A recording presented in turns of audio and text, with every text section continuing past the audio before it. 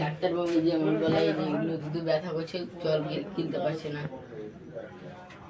ও গলায় ব্যথা, আচ্ছা আচ্ছা, বসে যাও বসে যাও। গলায় ব্যথা করছে না? আচ্ছা, দেখি তোমার গলার ভিতরটা দেখি, জিভটা বের করে, জিভটা বের করে জোরে করে আ করো। ঠিক আছে, হ্যাঁ ঠিক আছে, তোমার সমস্যাটা দেখলাম। হ্যাঁ, এরকম কোনো ব্যাপার নাই, এগুলো নর্মাল ব্যাপার। কিন্তু তোমাকে ওষুধ যা দিচ্ছি তা খাবে, হ্যাঁ অবশ্যই। তো ওষুধের পাশাপাশি যেগুলো করণীয় বলছি ওগুলো ফলো করতে হবে, ঠিক আছে? ওগুলো ফলো আপ করবে। হ্যাঁ, ফার্স্ট যেটা আমি এখানে ভালোভাবে সাজেস্ট করে দিচ্ছি ওগুলো ফলো আপ করবে।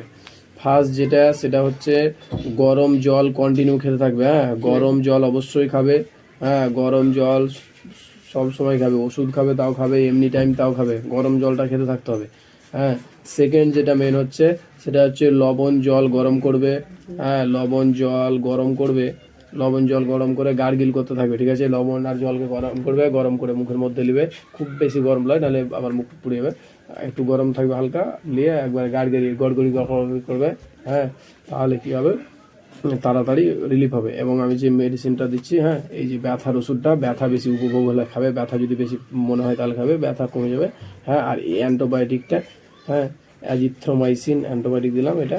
হ্যাঁ, কন্টিনিউ 3 দিন খাবে, 3 দিন পরে আবার এসে দেখাবে, ঠিক আছে? বোঝা গেল?